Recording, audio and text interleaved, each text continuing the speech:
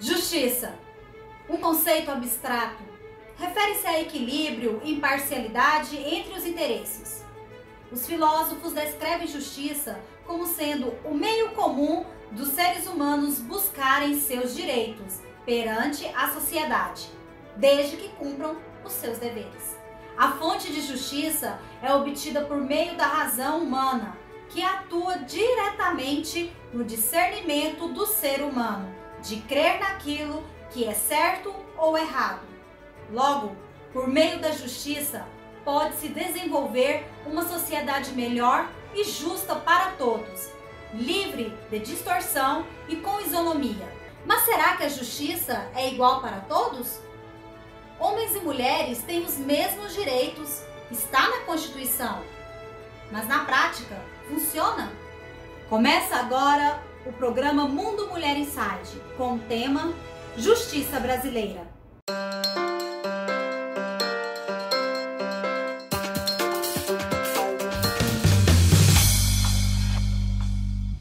Ela é advogada há 15 anos, concursada em gestão jurídica, atua como advogada pública há 10 anos, tem especialização em direito imobiliário, em direito público e parceria público-privada.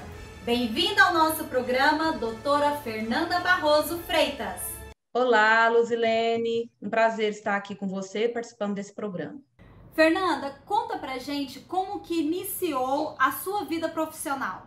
A minha vida profissional se iniciou em 2005, né? Me formei em 2005, né? Já estagiava, mas advogar mesmo, assim que eu peguei o AB no 10º período, comecei a advogar em 2006, né? No início de 2006, que eu me formei em 2005, e eu já estagiava na Imobiliária Lírios do Campo, um grupo aqui forte na área de imobiliárias, né? Aqui em Anápolis, e fiquei 5 anos advogando lá. Iniciei como estagiária, logo surgiu uma oportunidade de chefiar o setor, cargo de advogado. E aí depois estudei para o concurso, né? E consegui passar em 2006 no concurso, que hoje eu exerço o cargo de gestor jurídico do Estado de Goiás. E já estou, né, na carreira pública há 10 anos. E analisando a sua trajetória, em algum momento você sentiu ou você passou por alguma situação de preconceito? Sim, eu sempre costumo dizer, né, até para os iniciantes na carreira, principalmente advogadas, né, que a gente tem que provar mais o valor do que os homens, porque a gente vive numa sociedade extremamente machista ainda, com resquícios do patriarcado, e na advocacia não é diferente. Isso tangencia todos os setores da sociedade, e na advocacia também não é diferente. Acho que até mais complicado, porque se exige muito uma postura séria da mulher, já com todo esse viés de que a mulher tem que ser extremamente formal, né? E que ela tem que provar e mostrar resultado. Então, com certeza, existe sim esse preconceito velado, né? Às vezes explícito, mas velado sempre. E eu passei por situações, sim, eu me recordo bem, na época tinha um advogado, no Livros do Campo mesmo, mais experiente, que me pediu, né, para estudar umas coisas para ele e tal, e sempre assim, me colocava como estagiária e escraviária, né, vamos dizer assim. E ele me falou, você vai fazer exame da ordem? Aí eu falei assim, vou.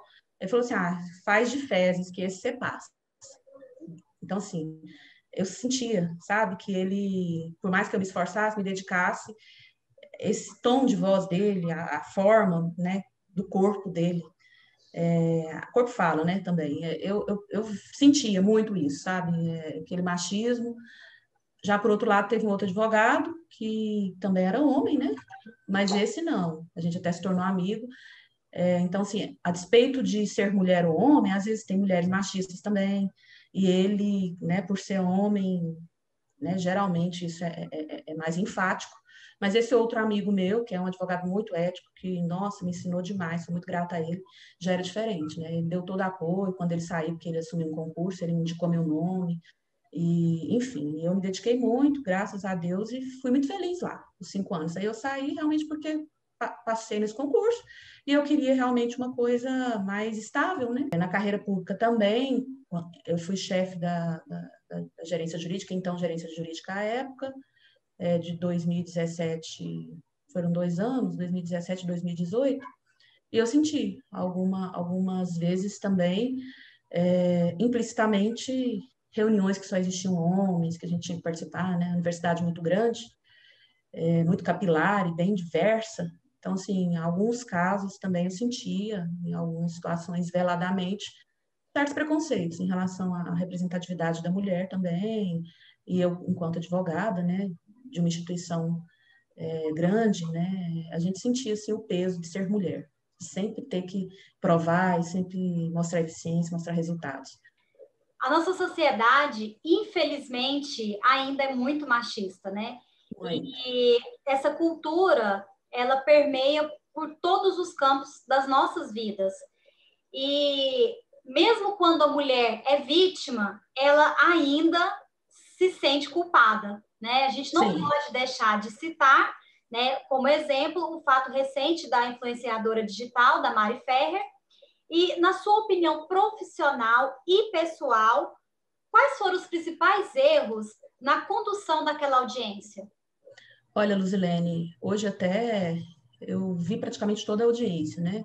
Eu não tenho conhecimento dos autos, não vou falar aqui, enquanto advogada do processo, porque eu não tive acesso a todos os autos, não estou falando aqui tecnicamente. Claro que a minha opinião não tem como dissociá-la do fato de eu ser advogada, e olhando com afastamento os fatos e sendo mulher, à primeira vista, quando eu não vi toda a audiência, eu fiquei extremamente estarrecida. Eu achei um vilipêndio contra a mulher, de verdade, uma situação de desigualdade tremenda e escancarada, clara e evidente, não tem como a gente não se indignar, quem tem um senso de justiça, e principalmente a gente sendo mulher, na posição de mulher, que batalha, que luta, e de advogada mulher, né, militante, que vê realmente muitas desigualdades. Eu presenciei também na universidade algumas situações que mesmo sendo universidade, já presenciei, foram extremamente sexistas, né, enfim, misóginos até, mas ali causou repúdio. Realmente, quando a gente vê, não tem como. Qualquer leigo, qualquer advogado, e principalmente advogada, se colocar no lugar da mulher, com empatia ali, independentemente, porque realmente se não houve provas, né, dentro do processo, isso é outra questão. Mas também não querendo entrar em motivações que sejam midiáticas ou questões de fundo que eu desconheço, até vindo dela, de opiniões, né, tão diferentes, porque é um tema bem controverso, né? Mas não dá para a gente não ficar estarrecido, ficar indignado com tamanha violência. É uma revitimização mesmo, porque ali mostra bem o panorama geral do sistema que deveria acolher a mulher, o Estado representado ali. Na verdade, o Estado estava ali representado pelo advogado, né, que seria o defensor, pelo promotor, né, também homem, e o juiz também, o advogado.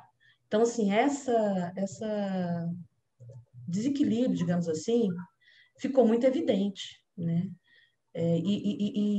Claro, a audiência acontece imprevistos. Eu, como advogada, sei como é difícil fazer uma audiência. Na seara criminal, isso ainda é mais latente, porque pode acontecer surpresas, né? Você utiliza de alguns argumentos, tem o princípio da ampla defesa, tudo isso a gente entende. Mas eu achei que houve, sim, omissões por parte do juiz, fazendo uma análise, né, superficial, e realmente ali ela não constitui um advogado, porque o problema de um caso de estupro, que a gente sempre fala no sistema jurídico, é que é um crime difícil de provar, porque dificilmente se tem testemunhas num caso, né, que envolve um estupro. As provas são muito difíceis mesmo, né? Então, para você condenar alguém, claro que tem que ter provas. Então, assim, tem o devido processo legal. E graças a Deus tem todas as prerrogativas dentro de um sistema, até constitucionalmente albergado, né? A nossa Constituição, ela trouxe várias garantias, de 88, ainda é nova, a nossa Constituição, a nossa democracia ainda é nova, mas ainda tem pilares, né? Então, assim, o processo tem que se reger por esses pilares. E ali naquela audiência, me causou estranheza, fazendo análise superficial, sem ter acesso aos autos de forma completa, a omissão. Realmente, assim, ela estava ali pedindo socorro para o Estado, e o Estado estava representado ali por homens, né? Se tivesse mulher, talvez seria diferente? Creio que sim, porque a sororidade hoje, a empatia, vinda de outra mulher, talvez ela se sentiria mais acolhida, até desde o início, né, do processo, seja na delegacia. Claro que isso também não é certeza, porque teve também uma defensora mulher que participou de alguns atos do processo, também pude observar isso. E ela também demonstrou, até na própria audiência, né, que ela não se sentiu tão acolhida. O que a gente tem que deixar claro é que tem aspectos subjetivos e objetivos dentro de um processo. Mas aquela humilhação que ela sofreu ali foi agigantada de uma forma terrivelmente machista, porque houve um silêncio, houve omissões, houve machismo, sabe? Como se a mulher ela tivesse que ser recatada do lar, como se ali ela tivesse descredenciada, totalmente vitimizada pelo sistema. Então, assim, desestimulando até outras mulheres a procurarem o Poder Judiciário. Porque esse exemplo ficou muito emblemático na mídia, mas serviu, às vezes, para as pessoas se fecharem ainda mais, as mulheres que são vítimas, né? Depois da exposição do caso da Mari Ferrer, a cortina se abriu e muitas outras mulheres falaram que já passaram pela mesma situação que ela. Então, assim, o fato de ter divulgado o vídeo da audiência dela escancarou uma situação que várias mulheres já passavam por aquilo ali. Então, a gente vê que no nosso sistema jurídico, né, ainda as mulheres enfrentam muitos obstáculos, né? Ainda há essa cultura do homem enraizado na área jurídica, predominância masculina na área jurídica. Você acha que se houvesse maior representatividade da mulher no ambiente jurídico, isso poderia influenciar a nossa sociedade em alguma coisa? Eu já vejo que houve alterações, porque isso já ficou amplificado, o acesso das mulheres, tanto no curso de direito, quanto em carreiras, né, como magistratura, tem aumentado muito. Até as advogadas são maioria, né, enfim. Claro que é muito difícil para a mulher também passar um concurso como juiz, não por demérito dela ou por ela não ter capacidade. Já é mais do que notório de que a mulher tem muita capacidade, sim. Obstáculos vários ela tem que transpor, né? A questão de ser mãe, a questão da jornada excessiva de trabalho, tudo isso às vezes dificulta um pouco, né? Mas muitas aguerridas, né? A gente vê que ministras assumiram, né, no STF, isso foi um marco histórico, né? E foi bem recente, ministras que atuam, né, em cargos políticos, isso ajuda muito. Porque, em primeira instância, tem, claro, várias juízes, né, juízas e promotoras, porém, fica um pouco restrito a atuação, porque é dentro de cada processo. Essa representatividade em âmbito político seria muito bom, né? Ter mais número de mulheres, que a gente vê pouco ainda, incentivar isso. Já melhorou, mas tem que melhorar ainda mais, porque dá voz à mulher, dá um espaço à mulher de decisões políticas, né? Não só no âmbito do processo em si. Com certeza, ela ajudaria, sim, a imprimir essa causa da mulher, porque o que acontece é uma relação de poder mesmo. O que parece é que há uma hierarquia entre homem e mulher na nossa cultura, né? Sempre houve essa luta, que a mulher sempre teve que ir, né, contra o sistema, porque essa igualdade dita que é formal, materialmente ela ainda tem que se concretizar, né? E ela se concretiza em ações afirmativas, numa maior representatividade, seja, né, nesse sentido de órgãos como, por exemplo, o STF, STJ, tribunais colegiados. Isso traria, sim, com certeza, o maior, né, avanço na proteção de situações como essa que aconteceu, nesse caso, que ficou escancarado. Essa situação, ela provou mais uma vez as desigualdades que existem no nosso país e principalmente quando a gente fala dos direitos das mulheres. Embora a nossa Constituição garanta o direito igual para todos, na prática a gente sabe que não é assim que funciona. E o que você acha que pode ser feito para que a justiça seja justa? Complicado, né? Porque até falando sobre esse tema, nosso sistema jurídico ele contempla algumas situações e prerrogativas até o magistrado e o advogado que realmente são instrumentos de garantia de justiça, sim, por um lado, né? Porque realmente o juiz ele tem que ter independência para julgar, ele é pautado também no convencimento motivado, ele pode ter uma certa liberdade para julgar. E não existe ninguém neutro. Uma coisa é você ser imparcial, outra coisa é você ser neutro. E como tudo tem um viés ideológico, juízes também têm viés ideológico, né?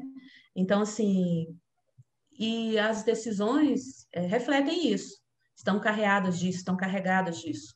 Então, com certeza, se a cultura, se a criação, se o patriarcado, né, se a misoginia sexista permeia a mente, né, desses homens, provavelmente, se o sistema jurídico não frear, seja através de leis, de políticas afirmativas, da representatividade das mulheres nesses espaços políticos, né, em que, claro, dependa de critérios objetivos, né, de mérito, mas também subjetivos, né, a gente sabe, escolhas que são feitas pelo presidente ou por outros órgãos, até a mulher chegar a esses âmbitos, né, de poder, essa representatividade precisa crescer, as leis precisam evoluir para que haja, sim, uma minimização dessa discrepância, porque realmente a nossa Constituição ela não pode ser só um papel, ela tem que ter concretude, né? A gente fala que a Constituição era muito bonita, mas na hora de concretizar, né, ali tudo que está estampado, fora as outras leis, né? A gente tem muitas leis, não é falta de leis, é colocar em prática mesmo. Avanços enormes tiveram, né? A gente vê que recentes alterações legislativas, né, em 2005, 2009, que veio tirar, por exemplo, um, um adjetivo de mulher honesta, tinha que provar que a mulher era honesta no Código Penal, né, para esse crime de estupro. A mulher, se ela casasse com o autor do estupro, tinha extinta a punibilidade do autor. Então, assim, a mulher era tida como propriedade. Antes, os crimes sexuais eram para preservar o patrimônio do homem. A mulher era como se fosse um patrimônio, né? Então, assim, teve época que a mulher não podia votar, E o né? homem Isso, podia assim, matar em nome da honra e do amor. sim, sim, inclusive tem a defesa, né? A defesa da honra. Quantos júris, quantas situações aí teatrais ocorreram baseados em que o homem tinha o direito de matar porque foi vítima de adultério. Então, assim, resquícios desse tipo de legislação que ainda estão muito intrínsecas, impregnam ainda o ordenamento jurídico e, claro, está no consciente do homem, no inconsciente da figura masculina. Pode ser até de algumas figuras femininas também, porque, infelizmente, tem mulheres também que ainda são machistas. A gente ainda não está no ideal, né, da concretude desse princípio da igualdade. Estamos avançando. Programas como o seu, iniciativas como várias outras, com certeza dá voz à mulher, ajudem muito a transpor esses obstáculos, legislações modernas que têm vindo, né, ações afirmativas, conselhos, né, e tanta coisa que tem acontecido de bom, né, já com certeza ajuda esse cenário. Doutora Fernanda Barroso Freitas, muito obrigada por sua participação aqui no nosso programa Mundo Mulher Inside. Obrigada por contribuir com a sua experiência e contar para a gente aqui um pouco da sua história e do seu ponto de vista, a sua opinião. Eu espero ter contribuído e que as mulheres estejam cada vez mais fortalecidas e unidas nesta causa, que não é só da mulher, é da sociedade, e que essas instituições, né, que eu acabei de citar, que fazem tão bem para a democracia, as legislações que cada vez estão sendo alteradas para albergar, né, questões que merecem atenção e que tragam igualdade maior à mulher, sejam incentivadas. E você realmente, com o seu brilhantismo, com esse programa que realmente dá a voz às mulheres, isso com certeza contribui para uma sociedade melhor. Obrigada. Ela é advogada especialista em direitos das mulheres. Ela é diretora do Instituto Justiça de Saia, fundadora e líder nacional jurídica do projeto Justiceiras e Me Too Brasil. Eu converso agora com a doutora Luciana Terra. Doutora Luciana, o Censo do Poder Judiciário, publicado em 2019, identificou que o percentual da participação feminina na magistratura ainda é baixa, mesmo tendo aumentado nos últimos 10 anos, partindo de 24,6% para 38,8% em 2018. A que você atribui essa baixa representatividade da mulher no meio jurídico? A baixa representatividade das mulheres no judiciário se deve ainda a fatores culturais e fatores estruturais, ou seja, as mulheres ainda recentemente nas bancas de concurso para avaliação dos candidatos e candidatas ainda eram minorias, estamos avançando nesse sentido, mas ainda há relatos em que na entrevista pessoal, alguns tribunais não fazem mais essa entrevista pessoal, a mulher muitas vezes era perguntada se ela tinha namorado, esposo e se ela se disponibilizaria a mudar de cidade por conta da carreira. Todos sabemos que na magistratura, no Ministério Público e nos cargos públicos tem essa questão de locomoção da carreira e culturalmente é muito mais comum a mulher acompanhar o esposo, o marido, o companheiro do que ao contrário. Então isso também é um fator que desincentiva as mulheres a promoção na carreira, porque isso pode até ocasionar uma ruptura familiar. Lembrando também que as mulheres elas têm mais um ônus, os cuidados familiares maior do que os homens, encontram menos apoio, menos logística de quando são os homens para ingressar na carreira ou continuarem ali na carreira. Lembrando também que as mulheres elas têm mais um ônus, os cuidados familiares maior do que os homens, encontram menos apoio, menos logística de quando são os homens para ingressar na carreira ou continuarem ali na carreira. Então a baixa representatividade se deve por esses fatores, assim como a dupla jornada da mulher de trabalho, com casa, com trabalho, com os filhos, o que dificulta a sua ascensão na carreira. Quais são as consequências que podemos ter pela baixa representatividade feminina no ambiente jurídico? Isso influencia a análise de causas femininas? E aqui a gente não pode deixar de citar o caso que ocorreu recentemente da influenciadora digital Mariana Ferrer. O que a senhora tem a dizer pra gente sobre isso? A baixa representatividade das mulheres nas esferas de poder causa, sim, consequências para toda a sociedade, como vimos o exemplo da Mariana Ferrer, que estava sozinha numa audiência, única mulher, com defensor homem, juiz homem, promotor homem, advogado de defesa também um homem. Isso impacta nas decisões e na forma que isso é conduzido, como vimos, porque nós precisamos de uma empatia, de um olhar diferenciado, de uma sensibilização do judiciário para que nós tenhamos uma paridade de armas nessas questões, porque por mais que os homens sejam muitas vezes estudados e dedicados àquilo, eles não têm aquele olhar que nós mulheres sabemos, aquele lugar de fala e vai ter aquela sensibilização necessária para conduzir esses casos, principalmente os casos de violência sexual, que infelizmente as mulheres ainda são colocadas no banco dos réus. Então vamos aos projetos direcionados às causas femininas no judiciário. Explica pra gente o que é o projeto Justiceiras, Justiça de Saia, Me Too Brasil. Conta um pouquinho pra gente sobre esses projetos.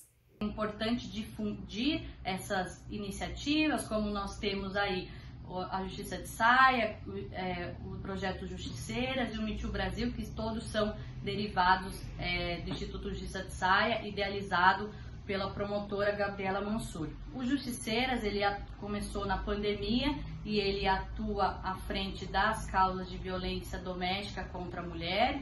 Todo o atendimento é realizado via WhatsApp. Já contamos com 4.000 voluntários das mais diversas áreas, seja da área jurídica, psicológica, assistente social, médico e uma rede de apoio e acolhimento. Nisso, a mulher vítima de violência, ao entrar na nossa rede, ela recebe esse atendimento multidisciplinar diferenciado, em que ela não há revitimização, pois nós não somos um órgão público, mas fazemos os encaminhamentos necessários para a maior proteção da mulher. Junto a isso veio o Me Too Brasil, idealizado pela advogada doutora Marina Ganzaroli, em que amplificou a voz das mulheres sobreviventes de abuso sexual e assédio sexual, em que abrange as relações de poder e de confiança que muitas vezes não se enquadram na questão da violência doméstica, nas relações de parentesco entre companheiro ou alguém da família. Então, esses projetos são de suma importância para dar visibilidade e acolhimento para as mulheres, terem um tratamento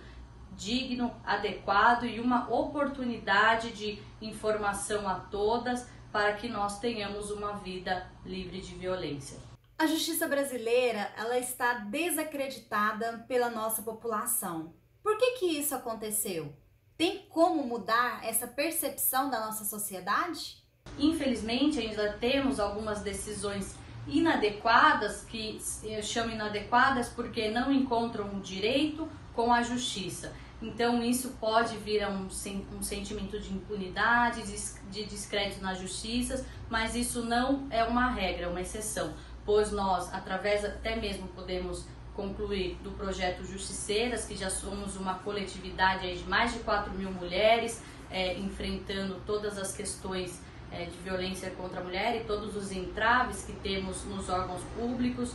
Nós nunca deixamos de acreditar na justiça, assim como também temos muitas decisões favoráveis, como um maior número de medidas protetivas, maior número de prisão de agressores, maior sensibilização da população nos temas ao judiciário, com uma participação maior, para que acreditemos e nunca deixemos de acreditar e confiar na justiça, porque o dia que deixamos de acreditar e confiar na justiça, nós perdemos a capacidade de nos indignarmos. Então nós, enquanto sociedade civil, enquanto profissionais, enquanto membros do judiciário, devemos sempre lutar pela justiça para que ela sempre encontre o direito. Vivemos num país de desigualdades. Pobres, ricos, homens, mulheres, negros, brancos. Infelizmente, acontece essa polarização e ela reflete também no judiciário. Por mais que a gente tente minimizar essas desigualdades da nossa população, a gente sabe que elas existem e que, infelizmente, acabam favorecendo um grupo, né, e desmerecendo o outro grupo. Qual que é o papel do judiciário para diminuir, minimizar essas desigualdades? A questão da representatividade é muito importante. Por quê? Porque temos o recorte de gênero, que são as mulheres, e temos o recorte de raça, que são as pessoas negras, que não estão ainda nos cargos de liderança, nos cargos de poder, na esfera pública ou privada. Então, precisamos, pelo judiciário, fazer políticas afirmativas para uma igualdade de oportunidades diante do racismo estrutural e do machismo estrutural que ainda temos na nossa sociedade. A título de exemplo, as mulheres negras sofrem 50% mais feminicídio que as mulheres brancas. Então, uma forma de termos uma sociedade mais justa, igualitária e solidária é termos essas políticas afirmativas para que todos sejam iguais perante a lei e também perante as oportunidades de educação, de trabalho e de qualificação profissional. Por isso a importância dessas políticas para, nos cargos de liderança, também temos esse olhar. Doutora Luciana Terra, muito obrigada por sua participação aqui no nosso programa.